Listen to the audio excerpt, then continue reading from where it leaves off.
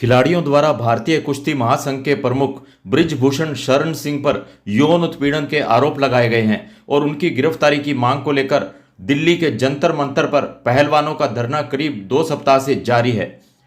पहलवान विनेश फोगाट के अनुसार उन्हें 21 तारीख तक का टाइम दिया गया है। तब तक उनकी मांगे नहीं मानी गई तो आगे कोई बड़ा फैसला लिया जाएगा। फोगाट ने देशवासियों से अपील की थी कि अपने भारत की बेटियों की न्याय की इस लड़ाई में एक साथ पूरे देश में कैंडल मार्च निकालेंगे। इसी के तहत आज श्रीगंगानगर में एच ब्लॉक डिग्गी पर शहीद पार्क के पास कैंडल मार्च निकाला गया। बीजेपी सरकार के खिलाफ नारेबाजी करते हुए बृजभूषण शरण सिंह को गिरफ्तार करने की बात कही गई। कैंडल मार्च में किसान नेता मनिंदर सिंह मान, आईएमए के अध्यक्ष डॉक्टर हरीश रहेजा, आम आदमी पार्टी नेता राजकुमार जोग, बॉबी पहलवान सहित अनेकों संख्या में लोग शामिल थे। ਜਿਹੜਾ ਇੱਥੇ ਬੋਲਦਾ ਹੈ ਸੱਚ ਮਿੱਤਰੋ, ਉਹਦੇ ਜਾਂਦੇ ਵੈਰੀ ਬਣ ਲੱਖ ਮਿੱਤਰੋ। ਜਿਹੜਾ ਝੂਠ ਦੀਆਂ ਪੰਨਾ ਇੱਥੇ ਬੰਨਦਾ ਤੇ ਬਹੁਤਾ ਚਿਰ ਉਹੀਓ ਟਿਕਦਾ। ਸਰਕਾਰਾਂ ਹੀ ਕਰਾਉਣੀਆਂ ਨੇ ਧੱਕਾ, ਤਾਂ ਹੀ ਉਦੋਂ ਸ਼ਰੇਆਮ ਧੱਕਾ ਹੁੰਦਾ। ਦੇਖੋ ਮਿੱਤਰੋ, ਅੱਜ ਬਾਰਡਰ ਦੇ ਉੱਤੇ ਦਿੱਲੀ ਜੰਤਰ ਮੰਤਰ ਤੇ ਸਾਡੀਆਂ ਧੀਆਂ ਜਿਹੜੀਆਂ ਵਿਦੇਸ਼ਾਂ ਦੀ ਧਰਤੀ ਤੇ ਸਾਡਾ ਝੰਡਾ ਲਹਿਰਾ ਕੇ ਸਾਡਾ ਮਾਣ ਵਧਾਉਂਦੀਆਂ ਸੀਗੀਆਂ, ਉਹ ਅੱਜ शोषण का शिकार हुई हैं। बीजेपी के अधिकारी जो कि चुप रहिंदे है वो शोषण को पोषण दे रहे हैं। तो मेरी सारे अगे बेनती है, ज़्यादा तो ज़्यादा सोशल मीडिया ते हो सके तो दिल्ली पहुँचो, उन्होंने धियां भैणां नूं कंधे नाल मोढे मिला के उन्हों का साथ दो। वाहेगुरू जी का खालसा, श्री वाहेगुरू जी की फतेह। बड़ा ही विचित्र समय चल रहा है। एक ऐसी घटना हो जाती है जिसमें कि पोस्को एक्ट है, जिसमें आम यहीं पे ये घटना हुई हो तो विद इन ए डे ही उसको अंदर कर दिया जाता है और बहुत जमानत भी नहीं मिलती। और ऐसे किसी भ्रष्ट नेता जो ऐसे इस तरीके के काम में लिप्त हैं, उनके खिलाफ कोई कार्रवाई नहीं हो रही और जो पहलवान वहाँ पे बैठे हैं उनके साथ अत्याचार हो रहा है। तो ऐसा कहीं ना कहीं महसूस होता है कि कोई सरकारें हैं वो अब शोषण की नीति पे आ गई हैं, दबाव की नीति पे आ गई हैं, हिटलरबाजी पे आ गई हैं। हम सब लोगों को आगे आना चाहिए, नहीं तो ये दिन बाय दिन इस तरीके से ऐसे चलता रहेगा तो ये हर मुद्दों पे हमारा शोषण करती रहेंगी। हमें सबको इकट्ठा होकर इसका विरोध करना चाहिए। कहते हैं ना, विनाश काले विपरीत बुद्धि। मुझे ऐसा लगता है कि सरकार का विनाश होने वाला है तो इनकी बुद्धि है जो भ्रष्ट हो गई है, वो ऐसे मुद्दों पर भी खुले में ऐसे भ्रष्ट नेता का समर्थन कर रही है, तो इससे बुरी बात कोई नहीं हो सकती। ही गंगानगर के नौजवानों का वो सारे लोगों का तहे दिलों धन्यवाद करदा जिहड़े अज इत्थे वड्डी गिणती इत्थे इकट्ठे होए ते आपदा समर्थन उस अंदोलन नूं दिता जिहड़ा अंदोलन मान सन्मान का अंदोलन है। जिस तरह मेरे साथियों ने कहा, जिहड़ी बीजेपी सरकार है केंद्र च, इहदे निशाने ते हरेक है। इहो जिहा कोई वर्ग नहीं है जिहड़ा बचिया होवे, चाहे व्यापारी वर्ग होवे, चाहे मजदूर वर्ग होवे, चाहे किसान वर्ग होवे। ऐसा कोई पेशा नहीं जिस ते इन्होंने तलवार ना चलाई होवे, इहो जिहा कोई काम नहीं जिस ते इन्होंने टैक्स ना लाया होवे, ते इहो जी कोई चीज़ नहीं छड़ी जिहड़ी इन्होंने ना बेची होवे।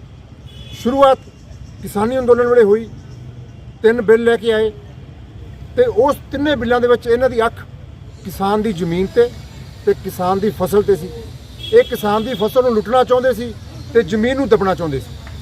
उदों जिहड़ी अगला इन्होंने अटैक करिया वो किसान परिवारां दे ते आम परिवारां दे नौजवान मुंडियां ते कीता जिहड़े फौज भर्ती हुंदे।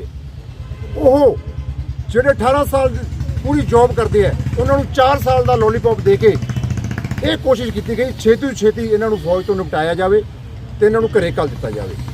उदों अगला अटैक जिहड़े किसान परिवारां दे या सामान्य परिवारां दे लोग खेडा खेडते हैं, जिन्हां दे मन च ये हुंदा भी असीं खेड दे मैदान चों जां कोई जॉब ले लांगे जां कोई रोटी जोगे हो जाएंगे ते नाल नाल भारत मां दा जिहड़ा तिरंगा है वो दुनिया दे विच फहरावांगे। ये 3 ही काम आम किसान ते आम लोगों के बच्चे करते हैं। इन्होंने पहला 2 अटैक किया, तीजा हमला किया वो बच्चों ते जिन्हों ने मैडल लैके आए, ओलंपिक मैडल लैके आए, भारत का नाम पूरी दुनिया के चमकाया। जो ये लगता सी भी भारत में एक भी ओलंपिक मैडल नहीं आ रहा, उस टाइम मैडल दवाए तो उन्होंने उत्ते अख रख ली। ये अख उन्होंने नहीं रखी गई, ये अख साडे जमीर ते रखी गई है। जो कोई फौज अपने देश पर हमला करती है वो अपने ते की करती है, वो अपना नुकसान किते किते करती है। उस फौज का टारगेट अपनी जमीन होंदी है, उस फौज का निशाना अपन फसलां होंदियां ते उस तो बाद उस फौज का ਨਿਸ਼ਾਨਾ ਆਪਣੀਆਂ ਔਰਤਾਂ ਹੁੰਦੀਆਂ। ਤੇ ਅੱਜ ਬੀਜੇਪੀ ਸਰਕਾਰ ਕੀ ਕਰ ਰਹੀ ਹੈ? ਸਾਡੀ ਜ਼ਮੀਨ ਤੇ ਵੀ ਅੱਖ ਰੱਖੀ, ਸਾਡੀਆਂ ਫਸਲਾਂ ਤੇ ਵੀ ਅੱਖ ਰੱਖੀ, ਅੱਜ ਸਾਡੀਆਂ ਧੀਆਂ ਭੈਣਾਂ ਤੇ ਵੀ ਅੱਖ ਰੱਖੀ ਹੈ।